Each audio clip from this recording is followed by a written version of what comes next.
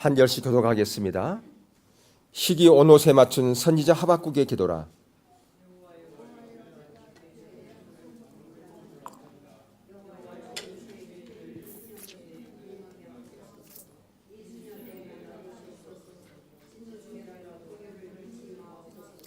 하나님이 대만에서부터 오시며 거룩한 자가 바란 산에서부터 오시는도다. 그의 영광이 하늘을 덮었고 그의 찬송이 세계에 가득하도다.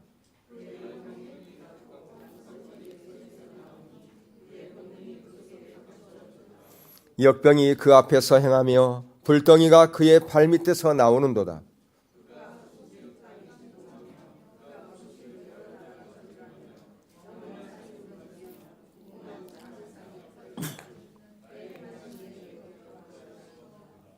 내가 본즉 구산의 장막이 환난을 당하고 미디안 땅의 희장이 흔들린도다.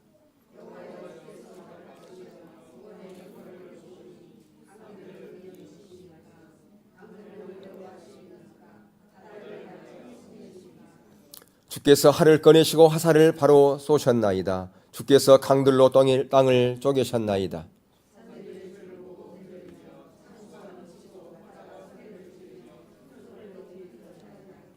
날아가는 주의 화살의 빛과 번쩍이는 주의 창의 광채로 말미암아 해와 달이 그 처소에 멈추었나이다.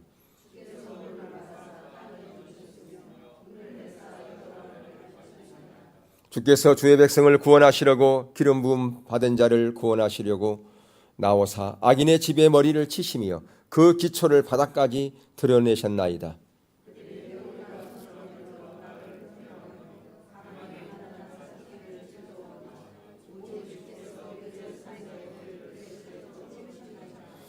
주께서 말을 타시고 바다 곧 큰 물의 파도를 밟으셨나이다.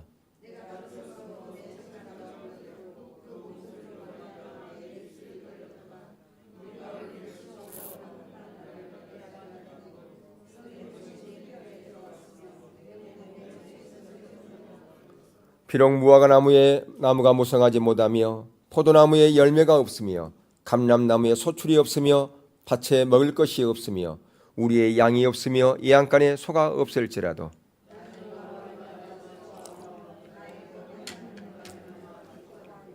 함께 봅니다. 주 여호와는 나의 힘이시라. 나의 발을 사슴과 같게 하사 나를 나의 높은 곳에 다니게 하시리로다. 이 노래는 지혜하는 사람을 위하여 내 수금에 맞춘 것이니라. 아멘. 하박국 선지자가 활동하던 그 시대는 어쩌면 오늘날 이 시대와 그 상황이 흡사한 것 같습니다. 온 나라가 강포가 넘치고 제약과 폐악이 행행하며 파괴와 강탈과 포악이 곳곳에서 벌어졌습니다. 하박국 선지자는 율법과 정의가 시행되지 못하고 악인들이 득세하는 그 선민 유다의 현실을 바라보면서 탄식합니다. 선민 하나님의 백성들이 이방인보다 더 거룩한 삶을 살아야 됨에도 불구하고 그렇지 못해서 오히려 비방거리가 되고 조롱거리가 되고 있다라고 하는 것입니다. 어쩌면 오늘 살아가는 저와 여러분의 자아상인지도 모릅니다. 교회가 성도들이 세상의 조롱거리가 되고 세상으로부터 비난을 받고 있는 이 시대의 모습과 너무나 닮아 있다라고 하는 것입니다. 더 하박국 선지자의 마음을 아프게 한 것은 이러한 유다의 제약을 하나님이 마치 방관하고 계시는 것 같기 때문에 그는 더 마음이 아팠습니다. 그래서 하박국 선지자는 절규와 절망과 불만으로 하나님께 소리칩니다. 그러나 하나님께서는 아무런 답을 주지도 않습니다. 대답 없는 물음, 응답 없는 기도가 그를 더욱 고통스럽게 만드는지도 모르겠습니다. 자기 힘으로는 이 난국을 해결할 수가 없어서 하나님만이 해결책입니다. 하나님 아니고서는 이 시대의 이 난국을, 이 어려움을 극복할 수가 없습니다. 그래서 하나님께 통곡하며 애쳤지만 하나님은 아무런 답을 주지 않습니다. 정치, 경제, 사회 모든 분야가 무너져버린 사회를 바라보면서 가슴을 치면서 탄식하고 울부를 안고 하나님께 부르짖어 호소합니다. 하나님, 이 땅을 회복해 주시옵소서. 이 땅을 고쳐주십시오. 이렇게 하나님의 개입의 촉구를 선지자의 그 요청에 하나님은 마침내 응답하시는데 그 응답이 아주 두려운 응답이라고 하는 것입니다. 포악한 민족을 세워서 이스라엘의 악을 징계하겠다고 하는 것입니다. 다시 말하면 오늘날 교회가 하나님을 떠나면 세상 사람들로부터 조롱받고 비난받는 것을 그것만 그치는 것이 아니라 세상을 들어서 하나님의 백성들을 징계하시겠다라고 하는 것입니다. 하박국 선지자는 사악한 나라 바벨론을 통한 유다의 그 심판을 악에 대한 방관으로 보았습니다. 아니, 어떻게 우리보다 더 사악한 나라, 우리보다 더 악한 나라, 우상을 섬기는 그런 나라가 그래도 우리는 하나님을 떠나 있고 우리가 지금 죄를 범해 있지만 그래도 하나님의 택한 선민 아닙니까? 그런데 어떻게 우리보다 더 악한 그 민족을 들어서 하나님의 선민, 하나님의 백성들을 징계한단 말입니까? 심판한단 말입니까? 도저히 하박국 선지자는 이해가 되지 않았습니다. 부정한 것을 참지 못하시는 하나님의 성품과 너무나도 모순되는 결정인 것처럼 보였습니다. 더 많은 죄인은 눈 감고 작은 죄를 벌하시는 그 하나님의 공의에 어울리지 않는다고 그는 생각했다 그 말입니다. 여러분, 하나님은 하나님의 기준을 세상 사람들에게 들이대지 않습니다. 누구에게 들이대느냐? 이 하나님의 말씀은 하나님의 백성들에게 가장 먼저 그 기준을 잰다라고 하는 사실을 우리는 기억할 것 해야 된다고 하는 거예요. 하나님의 말씀이 우리의 삶의 기준인데 이 말씀은 누구에게 주신 말씀인가? 하나님의 언약 백성에게 먼저 주신 말씀이에요. 시내산에서 하나님께서 이스라엘 백성들과 언약을 맺을 때 언약 백성에게 이스라엘 백성 구원받은 하나님의 백성들에게 언약을 맺으면서 주신 메시지가 바로 하나님의 말씀이라고 하는 사실을 우리는 기억할 필요가 있어요. 그렇기 때문에 가장 먼저 하나님의 말씀의 기준은 누구에게 들이대는 것이 맞는가? 하나님의 백성들에게 들이대는 게 맞다라고 하는 것입니다. 그래서 지금 하나님의 그 백성들을 향해서 하나님께서는 징계하시겠다라고 그렇게 말씀하고 있어요. 하나님의 관심은 세상에 있는 것이 아니라 세상 사람의 불신자들에게 있는 게 아니라 하나님의 백성들에게 있다고 하는 사실을 우리는 놓쳐서는 안 될 것입니다. 그래서 포간 갈대인들을 들어서 하나님의 백성을 심판하시겠다는 그 하나님의 말씀에 당황한 그 하박국 선지자는 의문을 제기합니다. 하나님, 왜 더 악한 백성을 사용하시면서 그들의 죄는 용인하십니까? 하나님 하시는 일이 이해가 되지 않아서 하나님 그러시면 안 되지 않습니까? 이해가 되지 않아서 항변한 통곡의 기도를 그렇게 들었지만 하나님의 응답은 금방 오지 않습니다. 여러분이 간절하게 무슨 기도를 했습니다. 어떤 부분을 기도를 했으면 여러분은 어떻게 반응합니까? 가장 먼저는 우리가 많은 경우에 기도하고 나서 그냥 잊어버린 경우가 많아요. 내가 무엇을 기도했나? 그것은 그만큼 하나님을 신뢰하지 않았다는 증거입니다. 기도하고 나서 내가 뭘 했는지, 기도에 응답이 있는지 없는지도 생각하지 않았다는 그 말이에요. 금방 잊어버릴 수 있어요. 두 번째는 내가 기도하고 나서 하나님께서 확실하게 응답해 줄 수 있습니다라고 그렇게 믿습니다 하고 끝내요. 어떤 경우는 하나님을 신뢰하기보다는 자기 확신 가운데서 믿습니다 그렇게 말하는 경우도 있다라고 하는 거예요. 또 한 가지는 하나님께서 어떻게 응답하시고 행하실지 기다리면서 주시하여 보는 것이 필요해요. 자, 그러면 하박국 선지자는 어떻게 했는지를 우리가 보겠습니다. 2장 1절을 보시겠습니다. 2장 1절에 그렇게 기도하고서 하박국 선지자는 어떤 자세를 취했는가를 보자는 겁니다. 2장 1절 한번 보겠습니다. 시작. 내가 내 파수하는 곳에 서며 성류에 서리라. 그가 내게 무엇이라 말하시는지 기다리고 바라보며 나의 질문에 대하여 어떻게 대답하시는지 보리라 하였더니. 지금 그는 어디에 올라갔어요? 성류에 올라갔습니다. 성류는 뭐 하는 곳입니까? 바로 파수하는 자가, 그 병사가 먼 곳을 바라봅니다. 적이 쳐들어오는가 안 쳐들어오는가 계속 주시하여 보는 곳이 성류입니다. 성류에 올라가서 뭐 때문에 지금 이 하박국 선지자는 이 성류에 올라갔습니까? 하나님의 응답이 어떻게 오는지 그런 주시하여 보기 위해서 바로 성류에 올라갔다 그 말입니다. 그러면서 하나님께서 어떻게 나에게 응답할까? 그거에 대한 기대감을 가지고 지금 거기에 서 있는 것을 볼 수가 있어요. 그럴 때 어떻게 응답이 왔는가요? 아주 구체적으로 하나님께서 응답한 것을 볼 수가 있습니다. 3절하고 4절을 보겠는데요. 2절과 3절을 보겠는데요. 여호와께서 내게 대답하여 이르시되 너는 그 묵시를 기록하여 판에 명백히 새기되 달려가면서도 잊게 하라. 보세요. 하나님의 그 묵시, 하나님의 말씀하신 그것을 명백하게 새기되 모든 사람이 달려가면서도 볼 수 있도록 그렇게 명확하게 주신다는 겁니다. 하나님의 응답은. 그리고 3절에 보니까 이 묵시는 정한 때가 있나니 그 종말이 속히 이르겠고 결코 거짓되지 아니하리라. 비록 더딜지라도 기다리라. 지체되지 않고 반드시 응하리라. 그렇게 말씀하고 있어요. 예, 달려가면서 읽을 수 있을 만큼 그 응답이 구체적이고 명확할 뿐 아니라 하나님의 묵시, 하나님의 의도와 목적은 거짓되지 않고 반드시 이루는데 언제 이룬다고요? 하나님의 때에, 하나님의 정한 때에 이루어진다. 그렇기 때문에 저와 이름을 어떻게 해야 된다고요? 인내하고 기다리라. 그렇게 말씀하고 있다 그 말입니다. 선지자가 절규했지만 응답은 쉽게 오지 않았습니다. 그러나 하나님을 믿는 그 믿음을 가지고 주님을 바라보며 기다렸습니다. 신뢰하며 물었고 인내하며 하나님의 대답을 기다렸어요. 여러분, 간절한 기도 뒤에 우리가 필요한 건 뭐냐면 간절한 기다림이 필요한 거예요. 간절히 내가 기도했으면 또한 기다림도 간절해야 된다 그 말이에요.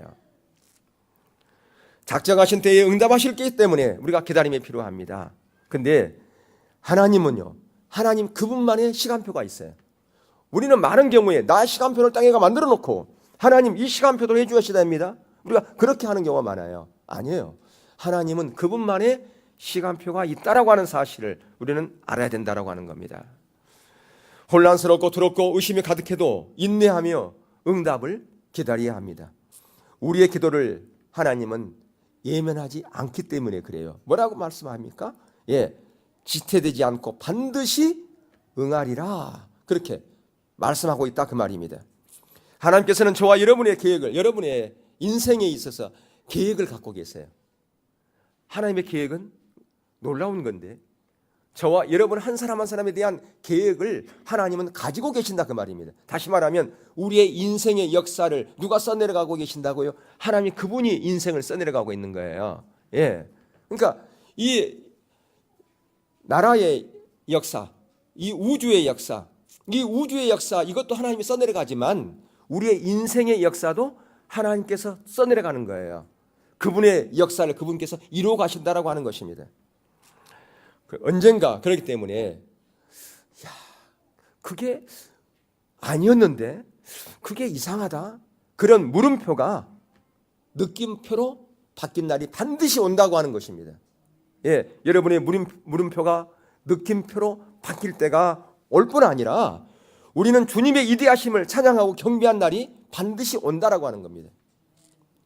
애통하며 기다리고 기도하며 기다리고 힘써 나에게 주신 사명을 감당하는 자리로 나아갈 때에 탄식의 기도, 그 기도에 응답하는 날이 곧 도래할 것을 신뢰하면서 주님을 바라볼 수 있는 자리에 있기를 주의 이름으로 축원합니다. 하나님은 유다를 심판하실 때 도구로 사용할 바벨론에 대해서도 예언을 합니다. 2장 4절에 보니까 보라, 그의 마음은 교만하며 그 속에서 정직하지 못하나 의인은 그의 믿음으로 말미암아 살리라. 지금 악인과 의인을 비교해 놓고 있는데 그 악인은 누구라고요? 그 바벨론의 악인인데 그들은 교만 때문에 정직하지 못하기 때문에 반드시 망하게 될 것이다라고 그렇게 말씀하고 있어요. 왜 그들이 교만하고 정직하지 못할까요? 만족하지 못하기 때문에 그렇습니다. 그들 가운데 탐심이 있으니까 만족하지 못하는 거예요. 그리고 상대방을 인정하지 못합니다. 그래서 그들은 더 많은 물질, 더 많은 부를 축적하기 위해서 수단과 방법을 가리지 않습니다. 명예와 건세와 권력, 그것을 더 많이 취하기 위해서 그들은 수단 방법을 가리지 않습니다. 정직하지 못한 방법으로 그 모든 것을 끌어들인다 그 말입니다. 더 많은 부를 얻기 위해서, 더 성공하기 위해서, 권력과 명성을 쌓기 위해서 물질의 탑을 쌓고요. 어떤 사람은 건세와 명예의 탑을 쌓습니다. 그런데 여러분, 탑을 계속 쌓아서 올릴 수 있는 탑이 있는가요, 없는가요? 여러분, 바벨탑 무너졌습니다. 그들이 한번 쌓아보려고 그랬어요. 하늘까지 쌓아보려고 그랬어요. 쌓아질까요? 쌓고 쌓으면 결국 언젠가는 그 탑은 어떻게 됩니까? 무너지게 되어 있습니다. 예, 물질의 탑은 무너지게 되어 있어요. 건세와 권력의 탑은 무너지게 되어 있습니다. 그게 무너지면 그 물질의 돌무더기에 자기가 깔려 죽는 거예요. 건세와 권력의 그 돌무더기에 자기가 깔려 죽는 거예요. 그게 바로 오늘날 지금 우리나라에 일어나고 있는 일 아닙니까? 더 많은 부를 축적하기 위해서, 더 많은 권세와 명예를 얻기 위해서 그 탑을 쌓았는데 그 탑이 무너지니까 그들의 인생이 처참해지는 거 아니야 그 말이에요. 그것을 우리가 보고 있습니다. 불의로 세운 성은 반드시 무너지게 돼 있고요. 그 모든 수고가 헛되게 된다라고 하는 것입니다. 그런데 그때 물이 바다를 덮음처럼 여호와의 영광을 인정하는 것이 세상 가득한 날이 오게 될 것입니다. 우리 2장 14절을 보면 거기 보면 이는 물이 바다를 덮음같이 여호와의 영광을 인정하는 것이 세상에 가득함이니라. 불의한 자, 한때 강한 자로 군림했던 자의 이름은 역사의 뒤안길로 사라지겠지만요, 하나님의 이름은 영원히 빛나게 된 날이 반드시 오게 된다고 하는 것입니다. 이제 이 하박국 선지자는 하나님의 의도와 목적을 분명히 알았어요. 하나님께서 왜 바벨론을 들어서 이 선민인 유다를 징별하려고 그러고 심판하려고 그러는구나. 하나님의 의도와 목적을 분명히 알았습니다. 그리고 그가 이제 하나님의 의도와 목적을 분명히 알고서 그가 어디로 가느냐? 중보기도하는 자로 갔다 그 말이에요. 여러분 진정한 중보기도자는 하나님의 의도와 목적을 아는 자입니다. 하나님의 의도와 목적을 모르고서는 진정한 중보의 자로 못 갑니다. 중보기도자는 하나님과 의도와 목적을 알 때, 하나님의 비전을 알 때, 하나님의 계시를 알 때, 하나님의 묵시를 알 때, 하나님의 의도와 목적을 알 때, 이 시대를 하나님의 마음을 아는 자가 중보하는 자로 간다라고 하는 것이죠. 그래서 그가 가장 먼저 무엇을 기도하느냐? 하나님의 뜻이 이 땅 가운데서 이루어 주옵소서. 그러나 궁율만은 잊지 말아 주세요. 그렇게 그가 기도한 것을 볼 수 있어요. 하나님의 계획을 듣고 하박국 선지자는 놀람과 슬픔에 힘싸입니다. 왜 놀람과 그 슬픔이 쌓입니까? 심판을 통해서 유다가 회복되는 것을 알았어요. 그런데 그 심판이 너무 처절하기 때문에 아팠다 그 말입니다. 당신의 백성들이, 하나님의 백성들이 당할 고통을 생각하니까 창자가 흔들렸다고 그랬어요. 오늘 본문에 가슴이 떨렸다고 그랬습니다. 뼈가 떨린 거예요. 그러나 이것이 하나님의 은혜임을 그는 또한 깨닫습니다. 하나님의 징계는 고통스럽지만 한편 놀라운 치유와 회복을 가져다 줄 것이기 때문에 그렇습니다. 그래서 그는 이렇게 간청합니다. 하나님이 이를 이루시되 하나님의 백성을 향한 그 언약적인 사랑과 궁율만은 절대로 잊지 말아 주시옵소서. 그렇게 그가 기도했다 그 말입니다. 그게 바로 뭐냐? 이 수년 내에 부흥하게 하옵소서. 바로 이 부흥은 심판을 포함하는 부흥인 것을 볼 수가 있어요. 이 심판을 이 수년 내에 성취달라는 요구는 유다 곧 하나님의 백성의 죄악에 대한 하나님의 심판이 닥칠 때에 나도 그 고통 가운데 있을 것인데 나는 그 고통에서 나는 죄질러 그게 아니에요. 하나님의 심판이 왔을 때 그 고통 가운데 있을 때 내가 거기에 가장 앞장서서 제일 앞자리에서 내가 참여하겠습니다라고 하는 그 결연한 의지가 거기에 담겨져 있다고 하는 것입니다. 오늘날 우리가 하나님 이 땅을 회복해 주세요. 이 땅 가운데 하나님의 놀라운 은혜가 부어주세요. 하나님 이 땅을 치유해 주셔야 되지 않겠습니까? 라고 우리가 기도할 때에 바로 이러한 하나님의 부흥을 보내도 달라고 우리가 기도할 때에 그러나 하나님의 부흥은 우리가 하나님을 떠날 때 항상 하나님의 부흥은 언제 왔습니까? 바로 시대 말적인 상황 가운데 있을 때 하나님의 부흥은 왔어요. 그럴 때에 그 하나님의 부흥이 왔을 때 두 가지 현상이 있다고 말씀드렸거든요. 믿는 자들에는 더 하나님의 뜻 안에 회복되지는 역사가 있지만 그렇지 않으면 하나님께 흔들 만한 것들은 다 흔들어 버린다고 말씀드렸거든요. 하나님은 흔들 만한 건 다 흔들어 버리십시오. 여러분 흔들 만한 건 다 흔들리면 얼마나 고통스러운지 아십니까? 그런데 하나님 제가 바로 흔들 만한 자입니다. 저부터 흔들어 주세요. 제가 그 고통 가운데 있겠습니다라고 하는 그러한 결단으로 지금 나가고 있다고 하는 것입니다. 우리는 많은 경우에 나는 제외되게 하세요. 나는 아닙니다. 오늘날 현 시대를 바라보면서 우리는 얘기합니다. 오늘날 문제가 많아. 오늘날 교회가 문제가 많아. 오늘날 학생들이 문제가 많고 오늘날 교수도 문제가 많고 각 모든 영역에 문제가 많다고 생각하는 그렇게 비난합니다. 손가락질합니다. 그것은 뭐냐 하면 나는 문제가 없다는 얘기거든요. 그것은 뭐냐 하면 나는 문제가 없는데 내가 아닌 다른 사람에게 다 문제가 있다는 거예요. 그건요. 아니에요. 그것은 진정한 그리스도의 자세가 아닙니다. 진정한 그리스도인 자세는 내가 바로 그런 자입니다라고 하는 그런 자세예요. 내가 거기에 가장 하나님의 심판이 왔을 때 제가 가장 앞장서서 그 심판을 받아야 될 자입니다 라고 그렇게 고백하는 자로 가야 된다 그 말이에요. 하나님은 그런 자들을 찾고 계시는 거예요. 그런 자들을 중보기도자로 찾고 계신다 그 말입니다. 여러분, 진정한 중보 자세는 바로 이런 자세인데, 여러분 성경의 진정한 중보자가 누구십니까? 예수님 아니겠습니까? 바로 예수님은 저와 여러분의 중보자가 되셔서 모든 고난을 다 감수했어요. 그분이 십자가에 주신 것은요, 저와 여러분의 죄를 위해서 중보자로 서신 거라 그 말입니다. 그리고 지금도 그분은 저와 여러분을 위해서 중보하고 계십니다. 이런 관점에서 볼 때 여기서 부흥은 죄악 가운데 있는 자를 심판하시기 위해서 임하신 하나님의 영광을 나타내는 겁니다. 여러분, 하나님의 영광, 하나님의 임재가 사모되지 않습니까? 갈망하지 않습니까? 그런데 여러분 기억할 것은 하나님의 임재, 하나님의 영광인데, 하나님의 임재가 강력하게 임할 때는 하나님의 기준 가운데 선 사람은 은혜요 축복이겠지만, 그렇지 못한 사람에게는요, 그게 엄청난 고통으로 다가온다고 하는 것입니다. 여러분, 종기가 난 그곳에 그것을 도려내려면 고통이 있어야 돼요. 그걸 째내야 되니까.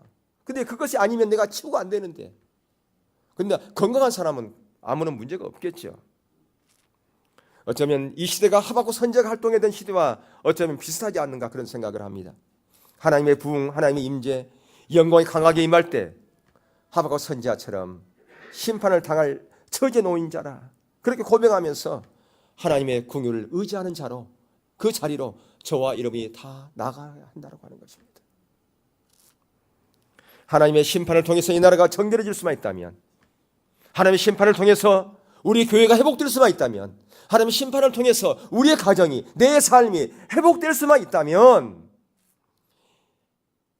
야합시대 엘리야 선지자처럼 내가 비 오질 않기를 내가 구하겠습니다. 하박국 선지자처럼 긍휼과 함께 심판을 내가 구하겠습니다.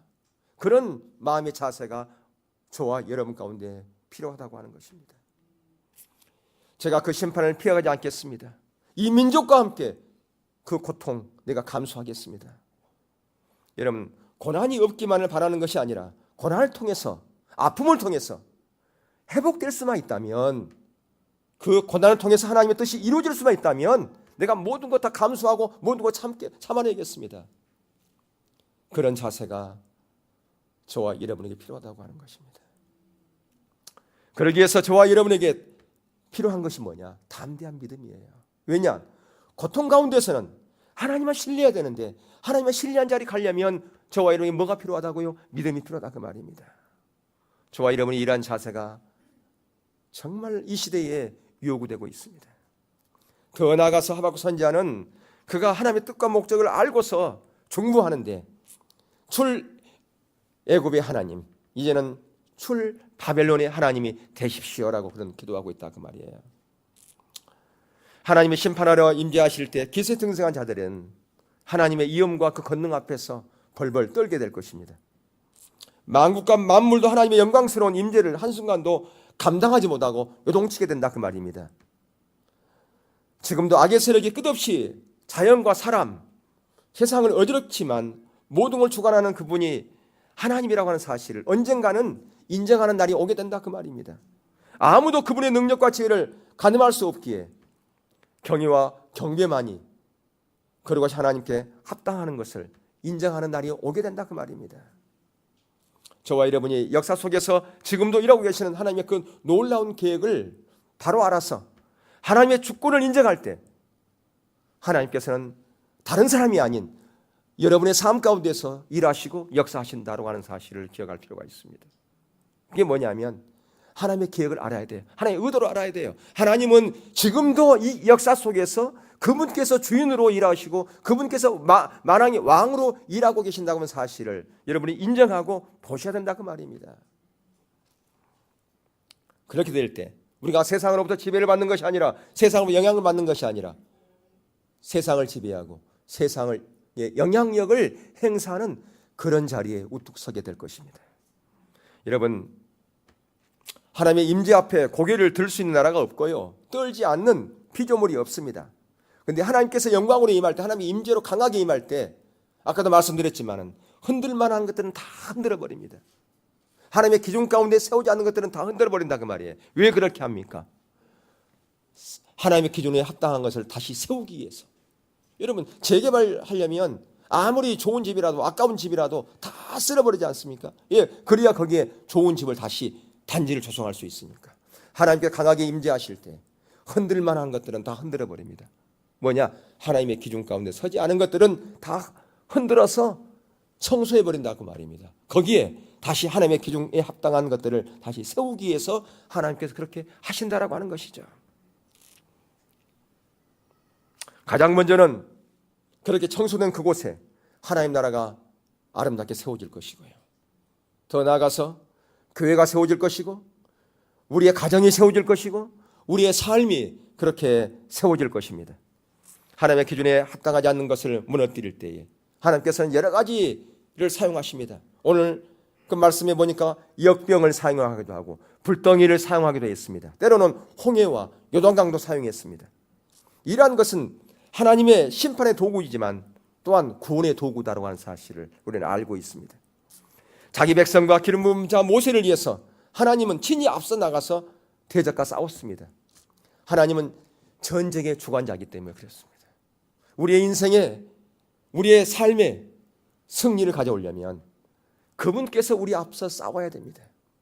우리가 싸우는 것이 아니라 우리가 하나님의 기준 가운데 서어지면 하나님 그분께서 앞서서 우리의 인생을 그분께 주관하고 계시기 때문에 그분께서 앞서서 싸운다고 한 사실입니다. 하나님이 해와 달을 멈추게 하기도 하고요. 강들을 나누기도 했습니다. 이 출애굽의 하나님께서 언젠가는 이 바벨론으로부터 우리를 구원해 내실 것을 그는 굳게 믿었다 그 말이에요. 그래서 하나님 출애굽 때도 하나님께서 함께 하셨거든. 이제 우리가 바벨론으로부터 고통받지만 언젠가는 이 바벨론으로부터 우리가 자유케 된 날이 반드시 오게 될 것입니다. 그 날을 고대합니다. 그렇게 지금 이 선지자는 기도하고 있다라고 하는 것입니다. 그렇습니다. 우리가 지금은 내가 이렇게 지금 절망 가운데 있고 내가 어려움 가운데 있고 고통 가운데 있고 슬픔 가운데 있지만 하나님 이 모든 것으로부터 자유케 되는 날이 오게 될 것입니다. 그것을 신뢰하고 믿고 기도하는 자로 갔다라고 하는 거예요. 하나님 지금 이 나라가 이렇게 어렵습니다. 정치적으로 혼돈스럽습니다. 경제적으로 어렵습니다. 사회와 모든 교육 이런 모든 분야가 어렵습니다.